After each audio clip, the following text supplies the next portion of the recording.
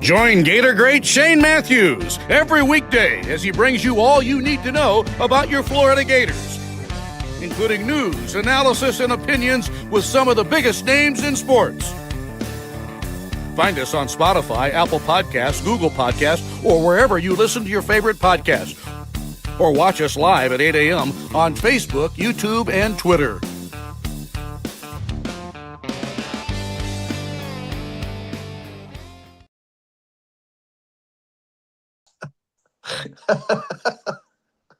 Are we ready, Zach? Go ahead.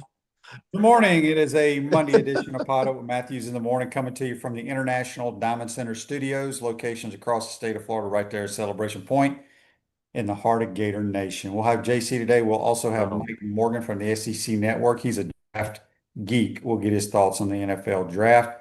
Gator baseball loses the series to the Aggies. Very good baseball team, by the way. Yeah. We got NHL, NBA playoffs going on. We could talk draft.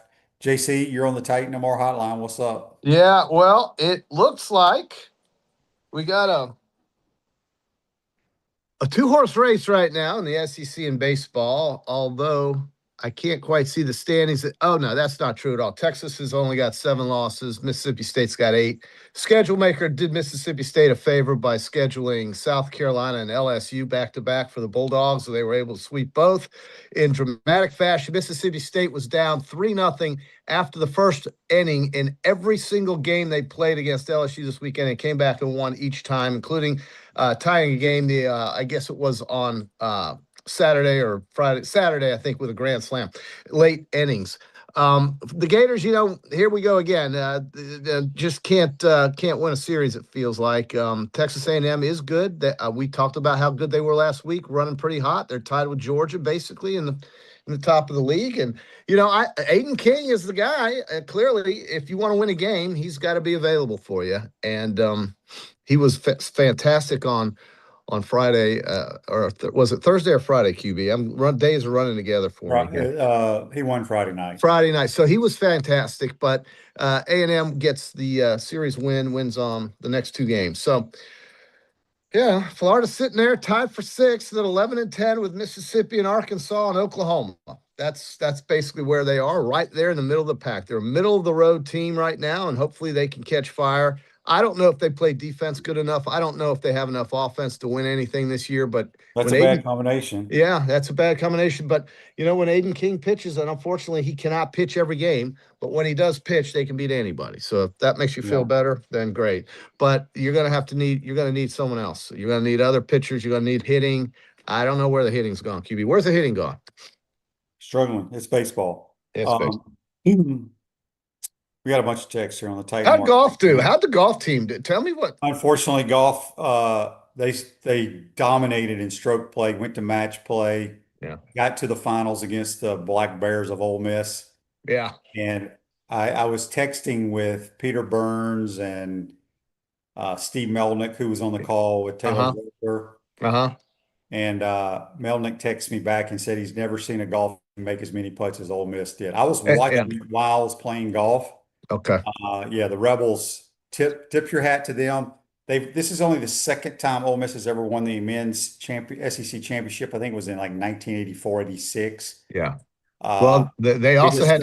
We didn't play terrible. We didn't play great. We got off to a bad start, battle back, but it sucks not winning it when you get there. But now. They will be a number 1 seed in the regionals. Yeah, and that's a very important thing. But Mississippi had a great weekend. They beat Auburn the day before. Auburn was the top seed. Auburn was number 1 team, I think, in America. So they were the top seed, and Ole Miss just caught fire. That's the whole thing about this postseason in these spring sports. When you have tournament settings, it's who gets hot. I'm telling you, the margin, the difference between these teams, the variance between, say, the top 5 in any of these sports is very tight, except Oklahoma softball.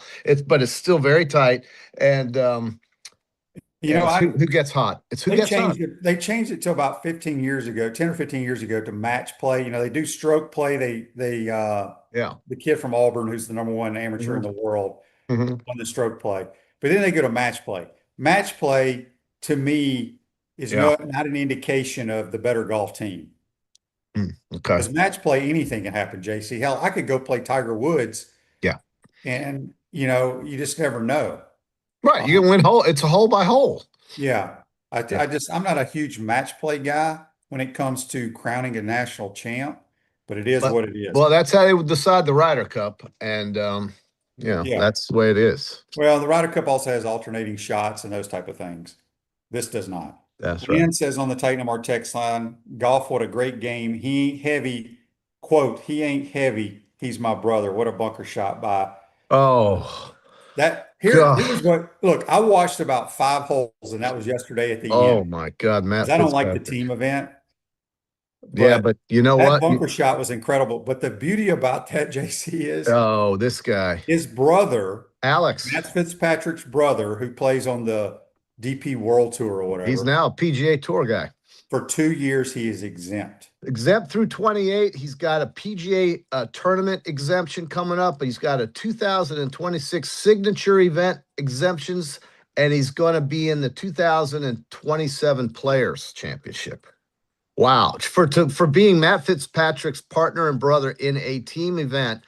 On number 12, he hit it in the tree from behind a bush, and it was getting very hairy there, but they pulled it out, man. What a couple of weeks it's been for Matthew Fitzpatrick. Good heavens. And I'll just say that Alex Fitzpatrick's a very fortunate young man to have his brother there. And I didn't pick him, you didn't pick him. I had Billy Horschel and Tom Hoagie, and they finished sixth. And you had Ryan Thigala. They weren't far behind, but it's tough to pick on this tournament. So I was happy to get someone in the top 10. But the Fitzpatrick boys have had, or his whole family's had, a hell of a month. Masters, the thing at Hilton Head, and now this thing in New Orleans. Good Lord, have a month, man. No doubt about Happy it. Easter. Precious metals have absolutely crushed it the last few years. Money Metals, America's favorite online gold and silver investment company, owned by Gator grads, delivers 24/7. We're talking about real money that actually holds its value. Start stacking your gold and silver now at moneymetals.com. Go check them out, moneymetals.com. So JC, Rick has listen to this text on the Okay. Titan text line. All right. Can you see an underclassman that was drafted low or went undrafted trying to come back to play this year like they did in basketball? If so, college sports are in big trouble. I think that's over with. Don't you, JC? Yeah, I do. Yeah. Yeah. I mean, this draft thing, I'm still trying to figure out why people show up to watch it. Okay, that's the thing. I'm That still really trying. bother you? I was like, what the hell is wrong with everybody? They can't find something else to do than stand there and look at a stage that's 200 yards away and wait for some guy to walk out they'll never meet. It's amazing. It's amazing to me. It's just amazing to me, the thrill of this. And I'm missing something. I'm clearly missing something. That's how it goes for me. I'm missing out, I guess. I don't know. I don't feel like I'm missing out on anything. Yeah, MSRK wants to know on YouTube, brought by Quad Plum, what happened to Nussmeyer dropping so low? He has a back issue. Yeah. Uh, yeah, but he's at the Chiefs, so I think it's a good spot for him, quite honestly. Mm-hmm. Your guy Pavia had to be invited to mini camp, rookie camp. I don't think anybody invited him, did The they? Ravens. He's going to the Ravens. He won't last. Well, I told y'all he can't throw well enough, dude. You got to be a thrower. Well, they're worried about his height and all this, 5'9" or 5'8" and 7/8 or some shit. I think it's a courtesy thing with Baltimore, but they only have two quarterbacks on the roster. They just have two.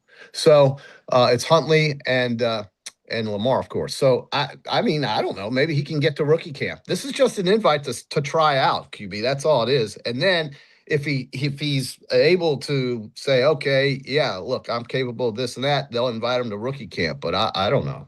Yeah, I don't. It's the first time a runner-up in the Heisman Trophy has never been drafted. Yeah, I think he's a good little college football player, but Great he's so college limited. football. Yeah, well, I mean, yeah, he wins games, but he is in this league. Look, it's a whole different world, man. The everything about the NFL is different. Everything's different. All right. Andy says on Facebook Live, brought to you by Mel Law, Rocco Underwood signs with the Eagles, who's our long snapper, and they cut their long snapper 3 months ago. Great opportunity for him. Yep. And then John says on Facebook Live, brought to you by Mel Law, did anyone mention that Florida had more kickers drafted than FSU had total players drafted? Under 6.5, folks. If you want to monetize Florida State's patheticness, under 6.5. You know, Did they we have had. anybody drafted at all? I didn't see Obviously any. not. I I mean, didn't see anybody. Trey Smack got drafted. I don't know if he's counting our punter, Yeah. but that's amazing. It's amazing. Norvell's in trouble. I think this could be his last year. Now, I could be wrong. I don't know if they can afford it. Well, I mean, he's under contract. They're going to pay him either way, whether they fire him or if he just sticks around. Big night last night for the Lightning in hockey, man. Dramatic finish, down 2-0 to Montreal, down 2-1 in the series. End up with 3 unanswered goals. Tie the series 2-2 Wednesday night, April 29th, Game 5 in Tampa. It's going to be crazy. I'd like to go, but the schedule is not allowing me. Hopefully they'll win. And then they will play the Buffalo Sabres, who are up 3-1 on Boston. And Buffalo is no joke now that they figured out goaltending. This kid has just shut down the Bruins in games 3 and 4. He's at York. He's unbelievable. If Buffalo gets goaltending, Buffalo is winning the whole damn thing. And I'll say this, good for the city of Buffalo. You know what I love about Buffalo fans is they go absolutely bananas and bonkers. They knock down the barricade, but they don't rush through it like a bunch of Philadelphia lunatics. They pick it up, and then they keep going crazy.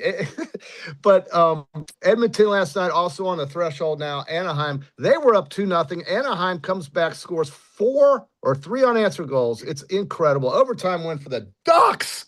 The Ducks. And they will end up playing, I think Colorado finished off the Kings 4 straight. And Carolina is waiting for the Philadelphia-Pittsburgh winner. So that's tonight. Hockey is fantastic. NBA is just getting through these early rounds. Hopefully the games will be more interesting. Portland, they kind of fooled around with San Antonio until the Spurs decided to quit fooling around with them, and they won both games. San Antonio did in Portland, and then in the Knicks-Hawks, the Knicks tied that up at 2-2, and then the Celtics decided to beat the Sixers by 32 and just quit fooling around with them. So those series are going to get better. Toronto tied Cleveland in that series, so that's at least interesting. The rest of it is not interesting until probably these better teams play each other. All right. There's your rest. Thanks to Andy, who's our research guru. He says the semis had one player drafted, defensive tackle, Daryl Jackson. Not the Daryl Jackson that played wide receiver for the Gators. Yes, I remember him. I wanted to give a shout out to congratulations to Nelly Korda. She won another major. JC, for all our people, we talk a lot of golf on this program. And I watched a little bit of it. And somehow, by me watching about 5 minutes of that women's tournament yesterday, now I get all these things on my phone with Nelly Korda's golf swing. Oh. She has the best golf swing I've ever seen. Okay. Ever. Even better than anybody on the PGA Tour. Better than Jake Knapp? Yes. And I love Jake Knapp's swing, but you got to look at Nelly Korda's swing. Well, but beware, JC. If you Google it, you're going to get a million videos. I'll thank you for the heads up. I'll skip that. But she comes from a lineage of pure athleticism. I mean, her dad was Peter Porter. He pro tennis player, at one point number 2 in the world. Her brother is Sebastian Korda. He's on the ATP. What's so fun? And then her sister, our man UF Gators, what's her sister's on name? YouTube, brought to you by Corey Plum, says, "What if Nelly and Jake Knapp got married?" That'd be a damn good golf swing, boy. Wow. What if they had triplets? So Nelly Korda, who was her sister? The first Korda. Well, anyway, they're all athletes, and they're all professional athletes in the Korda family. What a Thanksgiving dinner that has to be. Think about that. Pros everywhere.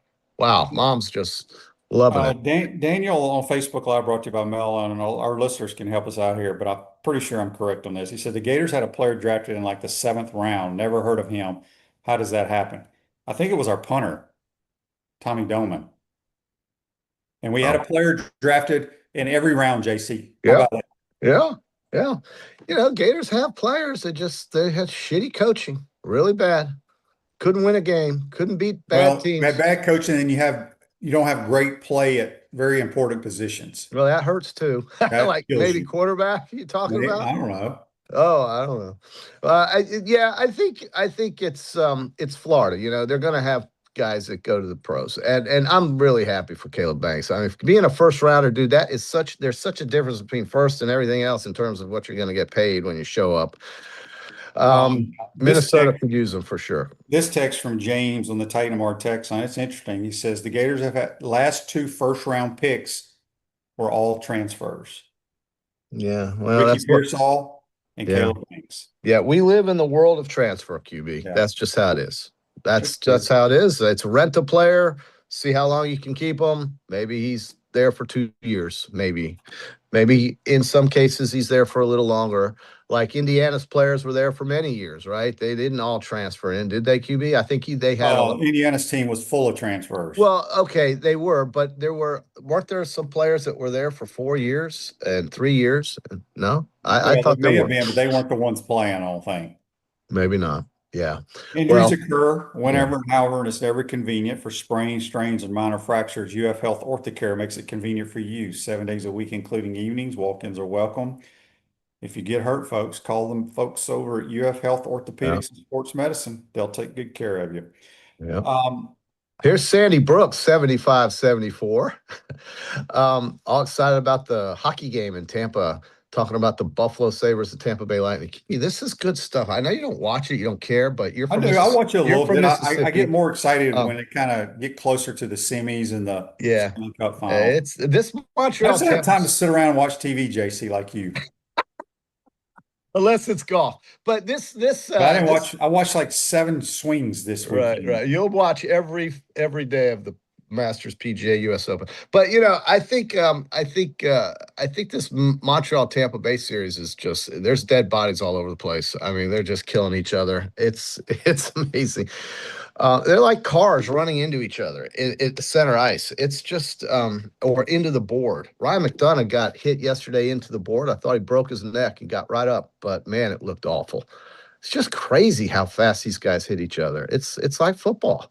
Um, Edmonton, Connor McDavid. I don't know how much longer he's got there, but man, they can't win. They cannot win for him. Oh well. He's pretty good, by the way. He's the best in the world, they say. So, you know, 2 straight years in the Stanley Cup Finals, and they're about to go out to the duck pond and exit in round 1. So that's how they do it in the NHL. They put the good teams up against each other early, I guess, and then they go from there. But Dallas tonight with Minnesota 2-2, big game in Dallas, man. Oh boy, that's what I like watching. I love watching it, QB. I can't help myself. Actually, that's not tonight. It's tomorrow night. But tonight, you got the Flyers trying to finish off the Penguins. Penguins won game 4. Vegas trying to not fall behind the Utah Mammoth. QB, trivia for you. Which team was the Utah Mammoth before they became the Utah Mammoth? It was an existing team, and they just bought. They basically got sold to these 2 people in Salt Lake City who said, "I'm going to buy this team." This team went. They went bankrupt, or basically their stadium went Is it bankrupt. the Something. Quebec Nordiques? No, that would be your old Colorado Avalanche. It's the Arizona Coyotes. Oh, that's right. That's Yeah, right. the Arizona Coyotes. The But financially. didn't JC for answer this? They were not the Mammoth for a while. They were called like the Utah like hockey club or Yeah, something. Weren't they? yes, that's right. They couldn't. They had a contest. They thought they were going to call themselves the Utah Yeti, and then the Yeti Cooler Company that we all use got pissed at that, so they didn't want to go through litigation and not be the Utah Yeti, and they became the Utah Mammoth. But that's right. it. They were the Utah Hockey Club. I just bought 2 hats, and you'll see. It's got the state.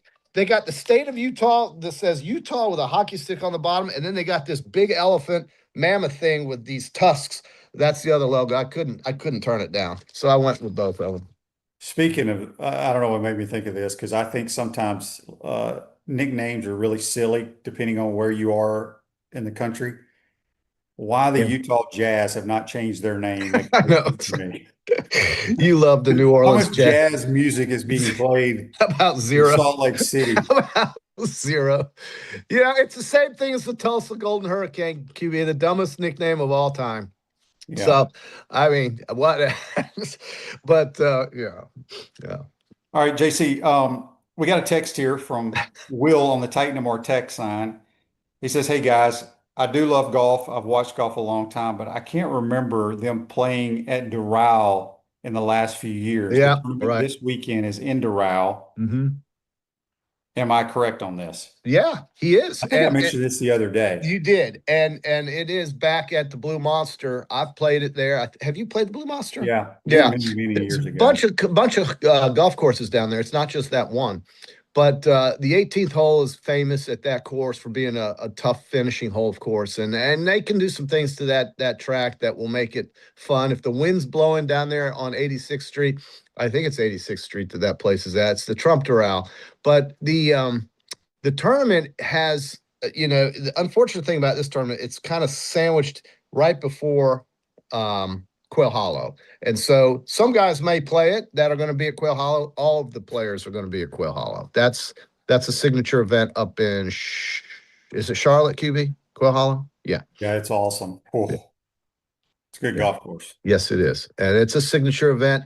And then they're getting that to tune up for our PGA Championship, which is this month. It used to be in August, and now they've moved it to May.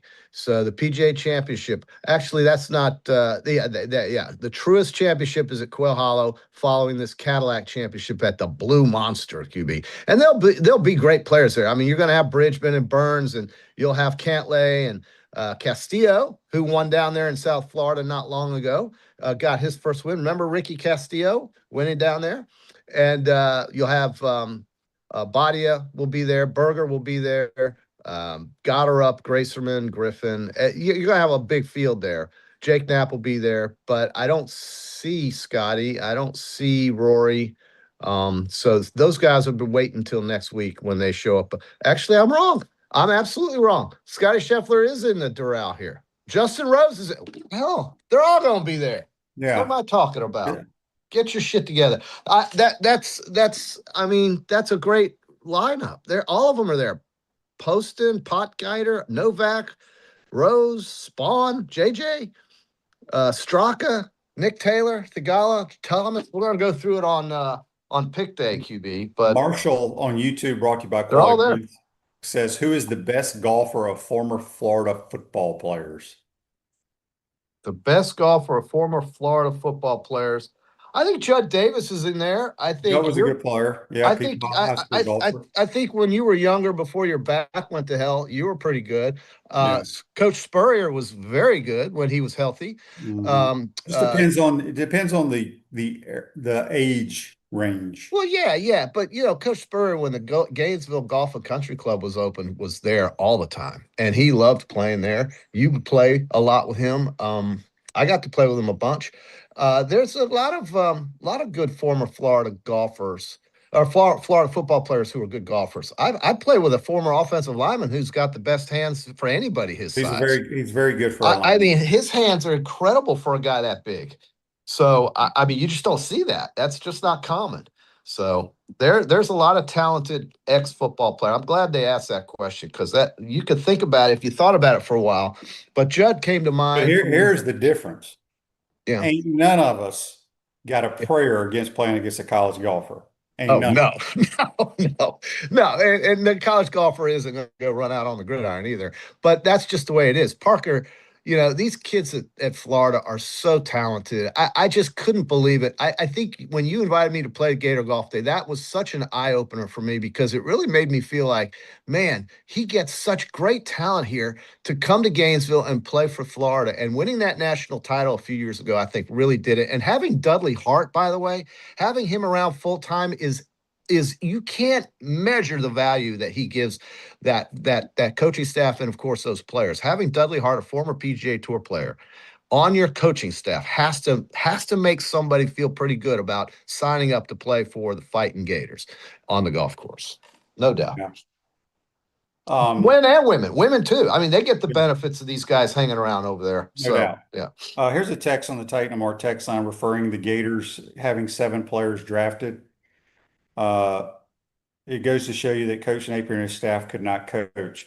Well, I hear what they're saying. I hear what they're saying, but a lot of these guys won't make the teams at the NFL. Yeah, I think Napier can coach. I just think he's an assistant coach. I think he's good at certain areas. But on game day, a lot of things. But again, I'll say this: I do not think he had a very good staff at all. Well, that's on And him you though, have to QB. have help. That's him. He's Yeah. the guy who puts that No, together. I agree with that. But again, just because the guys get drafted, I don't know how many of the guys will make the team. Yeah, well, that's very true. Like, what's there, 53 spots QB and then practice squad? Yeah, practice squad's gone up to like 20, I think Well, now. that's It was good. only six when I played. That gives guys a paycheck But to here's the pay that difference. Here's apartment the bill. difference in today's world. Back when I played, you could not have more of a 1 year of experience to be on the practice squad. Now you can be a 12-year vet and be on the practice squad. Oh, yeah, that's right. Yeah, Kirk Cousins. Kirk Cousins is a great example of that Look, last the year. best part was one of He's those going to start for brothers, the one of Raiders. those two brothers that played quarterback. One was coaching high school football in Dallas. God, what was his name? Not maybe was it Fitzpatrick? Not Fitzpatrick, but somebody. But anyway, he was coaching his son's high school head coach, Okay. and he was on like the Philadelphia Eagles practice squad, Yeah. meaning he'd been in the league for 12 or 14 years. He was getting paid for the Eagles just in case something happened to Jalen Hurts or whoever. Mm-hmm. And then he'd quit coaching and go, but he never even had to go to practice. I wish that was around when I was playing. Yeah. That would have been Yeah. fun. Yeah, that would have been good for you. Well, I thought the draft was pretty good, but next year we're going to see more of the kind of players people get excited about. Quarterbacks, receivers next year. Here on Facebook Live, brought to you by Mel Law, it says poor Trey Smack is going to freeze in Green Bay. And he says he talked to him at the spring game. He does not care about the cold weather. Let me tell you something. Trey Smack is going to love the Green Bay Packer organization. I would rather freeze in Green Bay than be stuck in an office selling mortgages or insurance. Yeah, Nothing against that. There's again, JC. I know you love going to games, and I say it all the time on here. I do. The best venue in the National Football League is Lambeau. Lambeau Field. Lambeau, yeah. Well, I wish I've never been. I've got to go, man. And it's a college town in an NFL setting. It's great. Yeah. It is a stadium in the middle of a neighborhood. Yeah, that's great. And they did a lot of upgrades to it. I mean, a lot of upgrades. So, I think the time to go there, if you're really afraid of the weather, would be like early November, late October, something like that. All right, before we get you out of here, this day in sports brought to you by Campus USA Credit Union. Put some star power to work in your financial life at Campus USA Credit Union. In 2023, on this day, Alabama quarterback Bryce Young was the first pick by the Carolina Panthers. Wow. How about in 2017 on this day at the draft, Texas A&M defensive end Myles Garrett was the first pick of the Cleveland Browns. One of the best ever to play. One of the best that's ever played, and he's made his money in Cleveland, but he gets kind of left behind the crowd. Didn't he bounce around then come back to Cleveland? Maybe, but I just remember him as a Brown, and he signed a max deal, which is what he deserved because he's probably one of the two best line rushers in the league. I mean, you can't block him. He's that good. So, and the funny thing is, during the Winter Olympics, you might laugh at this, but he was there watching a little tiny skier. Oh, no, what's the board thing that goes in the pipe? What's that called? Snowboarder. What? Yeah, snowboarder. Yeah, it goes in the pipes and does the tricks up in the air. She's about 5'1", and that's his girl. I love it. So anyway, I thought it was funny. There's Myles Garrett, this monster, sitting there in the middle of the freezing snow at the Winter Olympics, watching this girl do the tubing, and trying to win a medal, and she did. And he didn't look like anybody else there because he was so damn big. And all these European Winter Olympians are not so big. So it's funny. It was in Italy, northern Italy. Yeah, that's where the Winter Olympics were. So anyway, QB, this is it's another big week. And where are the Gators? Where are they going to end up next weekend? Where are they playing? I should know this. Gator baseball's no midweek games, and they go to OU. Yeah. Oh goodness. Oh. Well, all right, it's JC. never easy in the league, QB. All right. We got to get to Mike Morgan. Have a good day. I'll be back Wednesday. See you then. Okay. Let's JC join us on the Titan Number Hotline, courtesy of Comfort. Take a quick time out. We come back. We'll be joined by SEC Network's Mike Morgan. We're going to talk a little NFL draft because he loves the draft. You're watching and listening to PodUp with Matthews in the Morning from the International Diamond Center Studios. We'll be right back. Our premium sponsors are Atlantic Roofing, Campus USA Credit Union, International Diamond Center, J.F. Hayden's Craft Liqueurs, Los Landeros Tequila, Meldon Law, Titan MRI and Imaging, Castaway Sauce, UF Health Orthopedics, Michael Schneider PLLC, Florida Legends Gala and Experience, Money Metals, Sensei Asian Bistro. Our gridiron sponsors are Baker Sports, Florida Cracker Oyster, Gallo Car Wash, Miapa Latin Cafe, Peachland Dental, Quality Plumbing, Ruse Ogre State Farm, Silverback Concrete, 84 Lumber, Big Mills Cheesesteaks, Celebrate Primary Care, Gator Bait Media, Florida Cracker Kitchen, Gator Dominoes, Ironwood Golf Course, McDonald's of Gainesville, Tropical Smoothie Cafe, UF Bookstores, International Gold and Diamond, Advocare, and MGA&A Wealth. Watch and listen to us live on Facebook or YouTube. Listen to podcasts wherever, on Apple, Spotify, or wherever you listen to your favorite podcast. Remember to like, follow, and subscribe so you don't miss an episode. And to advertise, be sure to call my man Freddie at 352-284-3733. Hi there, this is Coach Steve Spurrier, and I want to let you know that by popular demand, Spurrier's Gridiron Grill's delicious brunch is now served in a premium buffet. You have spoken, we have listened, and we're now serving Gainesville's only elevated buffet, complete with an omelet station, ginger sage chicken sausage, shredded short rib, plus you can enjoy bottomless mimosas and Bloody Marys. So join us every Saturday and Sunday from 11 to 3 for the best brunch in town. What's up, everyone? I'm Mike Pouncey, and this is my twin brother Marquise Pouncey, and this is Life After Football. Let's go.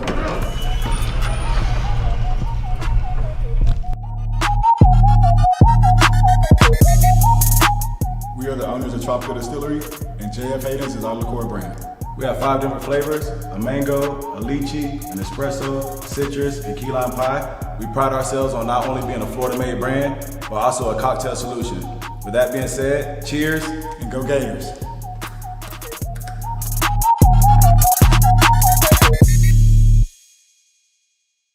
Gainesville's best-kept secret is finally being revealed. Introducing Sensei Asian Bistro. Located in Celebration Point next to Spurrier's Gridiron Grill, Sensei delivers a one-of-a-kind Japanese-French fusion experience that's as refined as it is unforgettable. Indulge in signature dishes like our smoked New York strip, Chilean sea bass, matcha curry, or the crave-worthy chunggang chili chicken. Pair it all with handcrafted cocktails, fresh crudo oysters, or our premium A5 Wagyu tataki. Sensei Asian Bistro. Make your reservation today. To the Swamp and the Gators, with the best beverage served at Spurrier's Gridiron Grill. 100% agave, Los Landeros Tequila, aged in bourbon barrels for a smoother taste. I think you mean Head Beer Coach 1966 lager, a crisp, light, bodied lager for easy drinking. Nope. Los Landeros Tequila, smooth enough to drink neat and bold enough to elevate a cocktail. 1966 lager, enjoyed on game days in the fall or whenever you need a winning cold brew.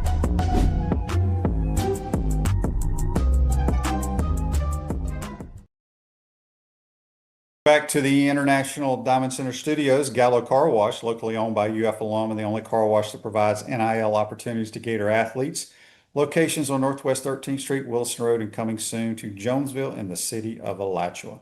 Back to the Titan MR Hotline, our man Mike Morgan from the SEC Network. Good morning, Mike. How you doing, bud? I'm doing well, Shane. It's it's a great time of year from a weather standpoint.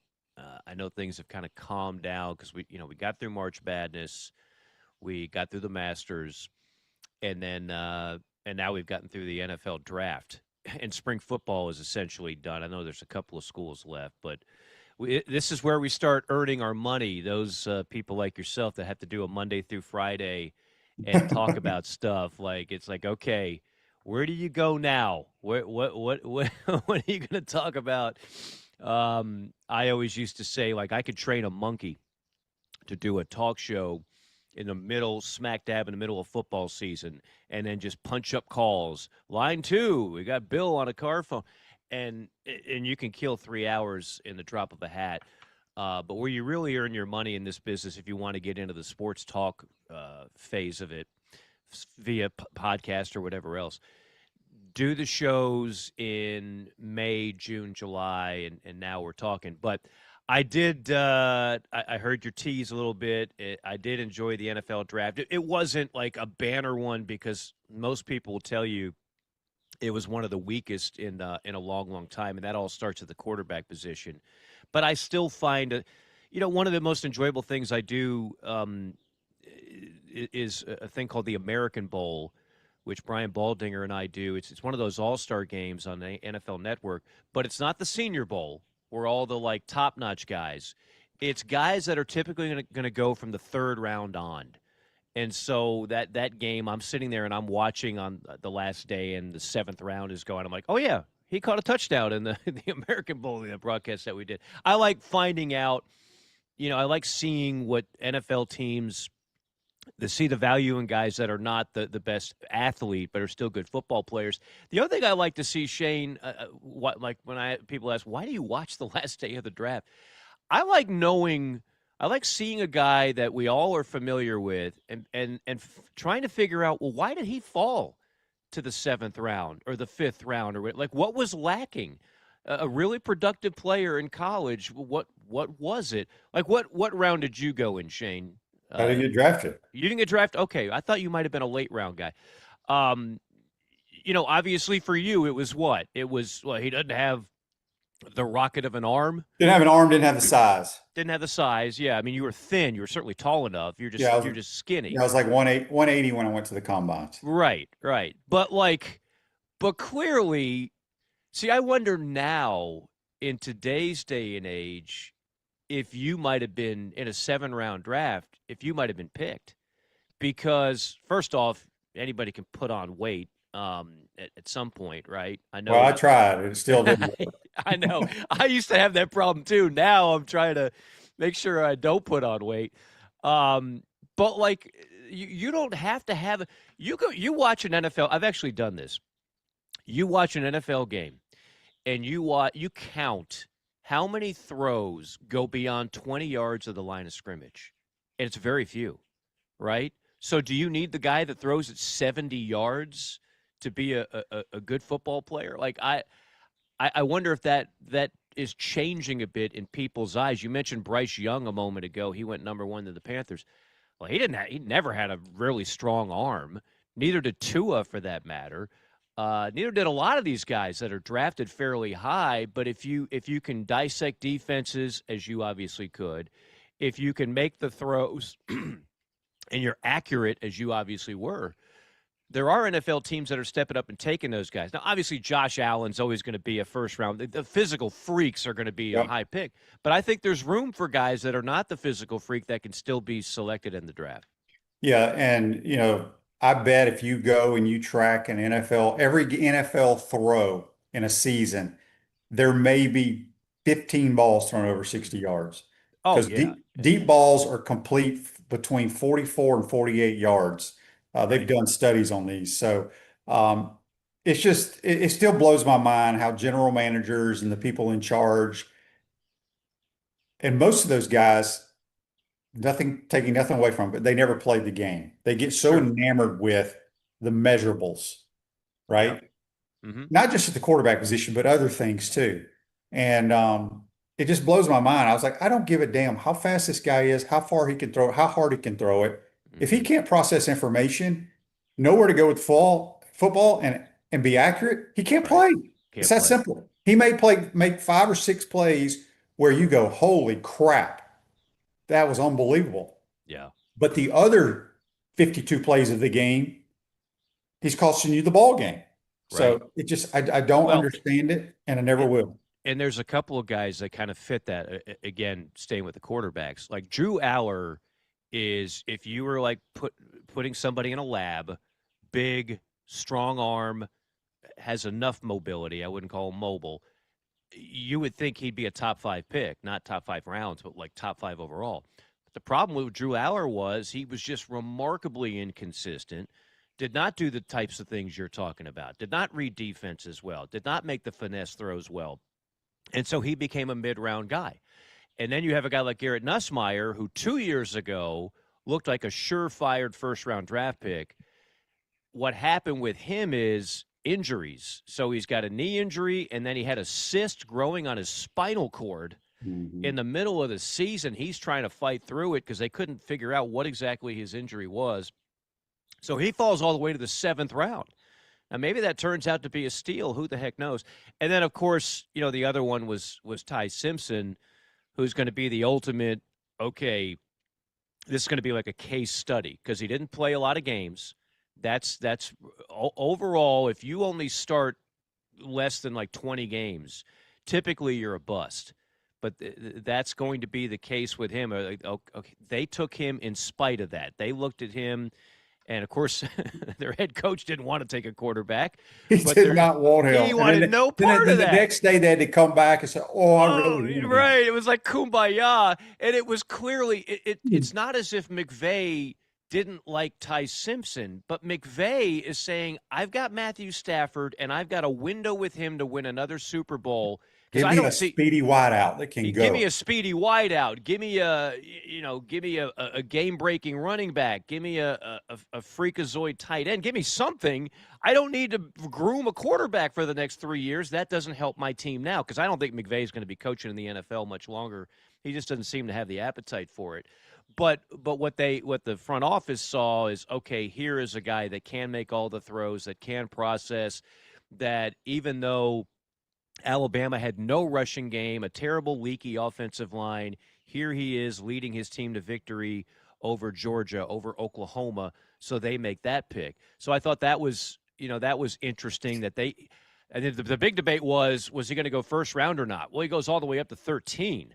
So that was interesting. And then, of course, Fernando Mendoza being the number 1 overall pick, and there's some people that are critical of that, but I don't know, if you watch that kid play, who could argue that he can't be a very good quarterback at the next level? So there's a lot of that going on. The other thing, Shane, just some general overview. I thought this would happen, and it did. And so the Big Ten, as if Big Ten fans aren't already insufferable right now, they're on a heater.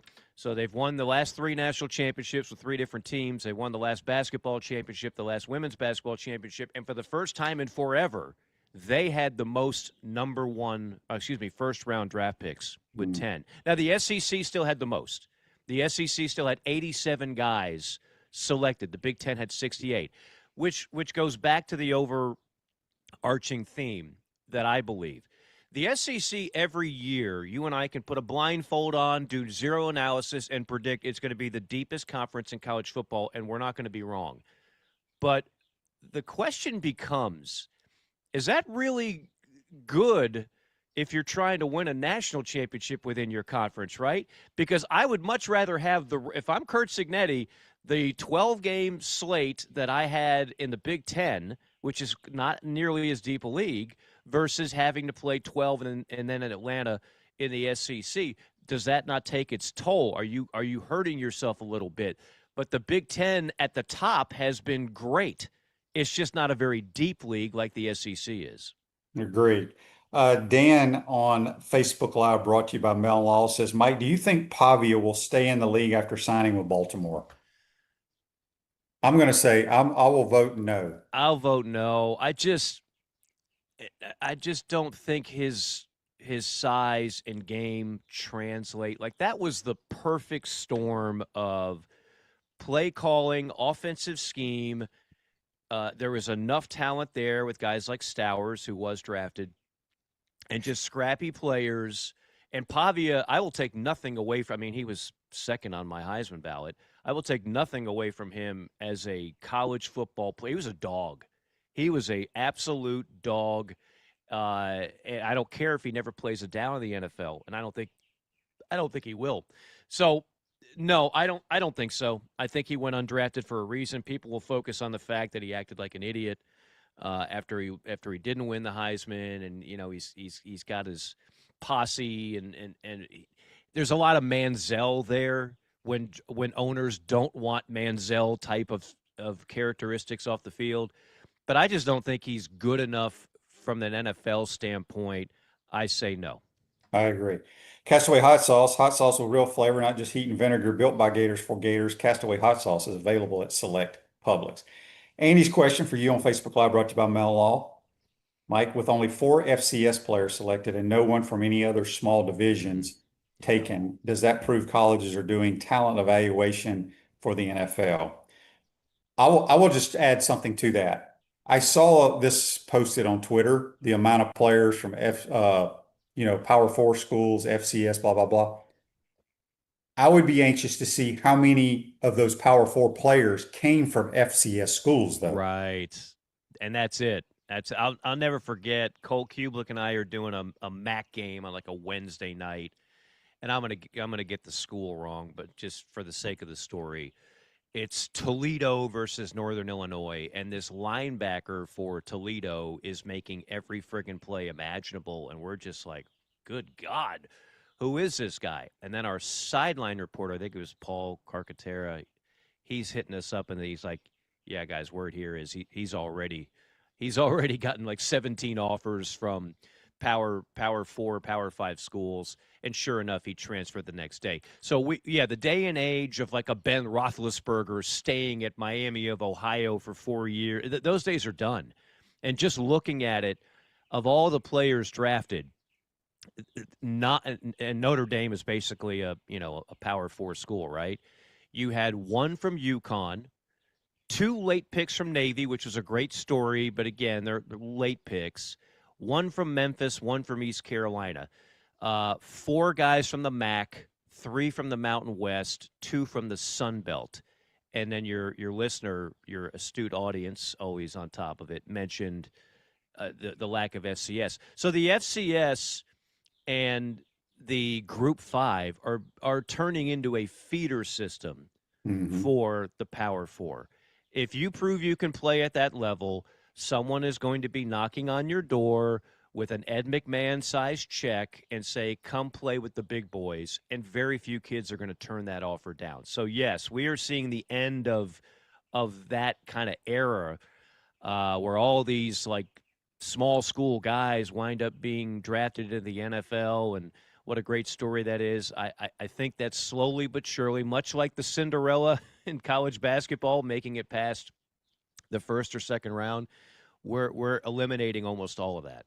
Yeah, and not only are those guys at the lower FCS level moving up, a lot of them are moving up to just sit on the bench because they're getting paid so much. Well, My good friend Kerwin Bell lost 5 starters, not this past year, but the previous year. I haven't talked to him about this year, just to be backups at other schools. Right.